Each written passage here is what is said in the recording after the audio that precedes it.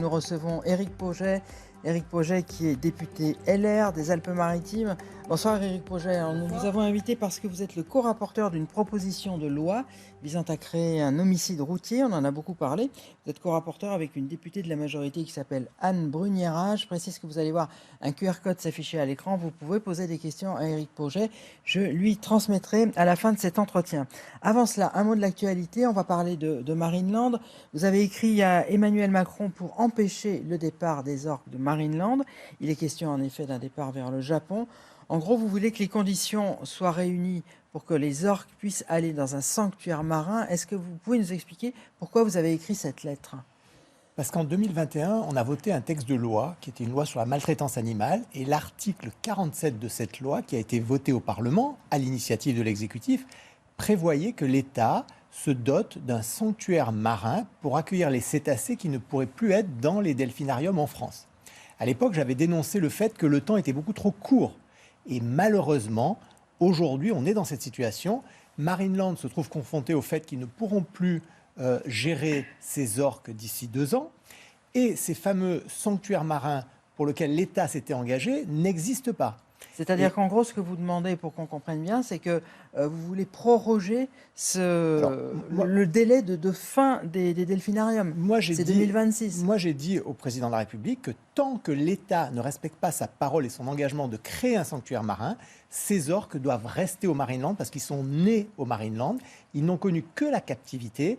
Et imaginez une famille d'orques, un transfert vers le Japon, la logistique du transfert qui est très dangereuse, l'adaptation dans un parc au Japon. Et en plus, ces orques vont être séparés, alors qu'aujourd'hui, c'est une famille d'orques. Et vous n'avez pas eu de réponse pour l'instant ? Mon courrier est parti la semaine dernière. Par contre, entre-temps, il y a eu une décision de justice à la demande de certaines associations qui a fait gagner 4 mois de temps. Donc, je pense que je vais avoir ma réponse dans les semaines qui arrivent. Mais en tout cas, aujourd'hui, il faut que ces orques restent au Marineland tant qu'il n'y a pas de sanctuaire marin, parce que c'est la meilleure solution dans l'intérêt de ces animaux. Alors, on va passer donc à la proposition de loi. C'est pour ça qu'on vous a invité. Elle va être présentée en conférence de presse mercredi à l'Assemblée. Pour bien comprendre, on va prendre un exemple qui nous concerne ici dans la région. C'est le cas du jeune Noé. C'était le 26 juin 2022. Il avait 16 ans. Il conduisait une voiture sans permis. Il a été percuté par un chauffard. Alors, il était en excès de vitesse. Il roulait alcoolisé. Il roulait sous l'emprise de la drogue. Il a été d'ailleurs à nouveau contrôlé un petit peu plus tard, en roulant encore sous l'emprise de la drogue. Le procès aura lieu en février. Pourquoi on parle de ça ? Parce que pour qu'il y ait cet homicide routier que vous portez dans cette proposition de loi, il faut qu'il y ait une circonstance aggravante. C'est le cas, c'est la condition sine qua non, c'est ça ? Alors aujourd'hui, lorsqu'on est dans ce type de situation, et je voudrais vite rappeler quelques chiffres avant de rentrer dans le problème juridique, il y a 3500 accidents mortels par an dans notre pays.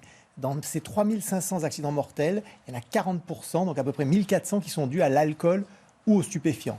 Et malheureusement, lorsqu'il y a un décès comme ce drame avec le jeune Noé, lorsque la personne est identifiée et lorsque l'on va au tribunal, il est inculpé pour homicide involontaire. Et ce terme d'involontaire est une deuxième souffrance terrible pour les familles de victimes. C'est-à-dire, c'est ça, c'est le mot, on va voir un peu pour l'aspect des peines après, mais c'est ce mot involontaire qui a choqué les familles de victimes. Qui choque depuis très longtemps les victimes et les familles de victimes, parce que la personne qui volontairement consomme de la drogue, qui volontairement consomme de l'alcool, qui volontairement rentre dans sa voiture et qui va conduire, la voiture devient une arme par destination. On ne peut pas se satisfaire de l'inculpation pour homicide involontaire. Et donc, on va faire quelque chose d'assez novateur dans le droit français. On va créer une nouvelle infraction dans le code pénal qui va être indépendante et autonome et qui va venir se placer entre l'homicide involontaire et l'homicide volontaire. Alors, on va essayer de simplifier au maximum. Il y a eu beaucoup de cas comme ça. Il y a eu une jeune fille à Fréjus aussi qui avait été fauchée, c'était en 2021. Il y a eu des cas plus médiatiques. Il y a eu Pierre Palmade. Il y a eu le chef étoilé, Yannick Aleno, après la mort de son fils en mai 2022. Alors, on va résumer.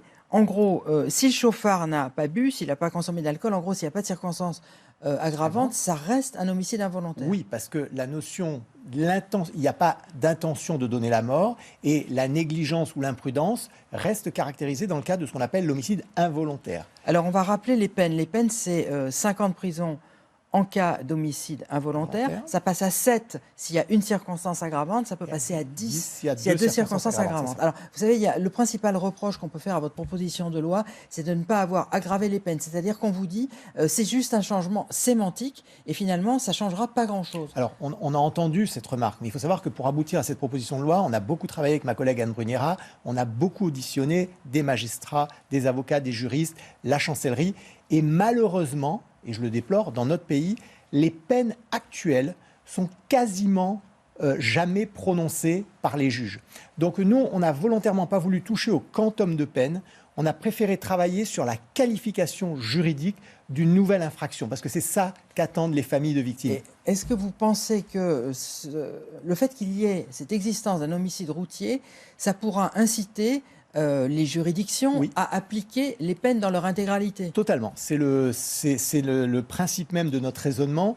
On est persuadé qu'avec cette nouvelle infraction qualifiée d'homicide routier ou de blessure routière, on va donner des outils aux juges et aux magistrats et aux avocats pour travailler, pour qualifier sur l'infraction réelle. Et vis-à-vis des victimes, cette loi a la vocation de rééquilibrer du justiciable aux victimes et aux familles de victimes. Et c'est quelque chose de très novateur dans le droit français. Éric Pauget, il ne nous reste pas beaucoup de temps, mais quand même le calendrier de la loi. Donc demain, je crois que c'est commission des lois. Demain, elle sera étudiée en commission. Alors, elle est inscrite à l'agenda de l'Assemblée nationale. Demain, étude en commission des lois. Semaine prochaine, lundi 29, étude dans l'hémicycle à l'Assemblée. Et on espère un vote le mardi 30. Est-ce que le fait qu'elle soit transpartisane, le fait qu'elle soit présentée par vous qui êtes député LR et par une députée qui est de la majorité, est-ce que ça garantit, selon vous, le fait qu'elle soit adoptée in fine? Parce que c'est ça le plus important. En tout cas, avec ma collègue Anne Brugnera, on ne voulait pas faire de cet enjeu, de ce sujet, un enjeu politique.